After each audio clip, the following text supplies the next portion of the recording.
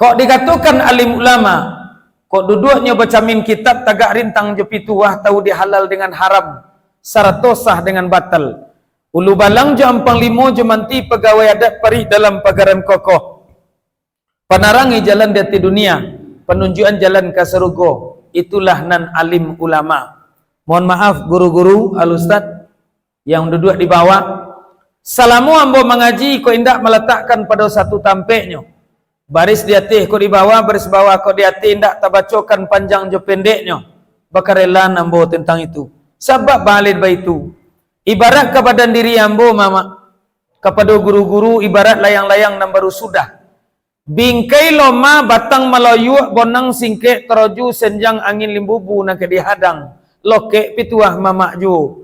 Baburu ke padang data dapik laruso bolang kaki dihalau ke tengah padang. Baguru kepalang aja baru baraja guru lah mati di silau surek-surek lailang. Barombak lawi nan sahilan bakumpua karang ketapi. Kok karam mambo tentang itu? Tolong di guru menyelami. Ambolah bapituah sejak kini. Video selengkapnya bisa ditonton di channel YouTube Pita Ruah Buya.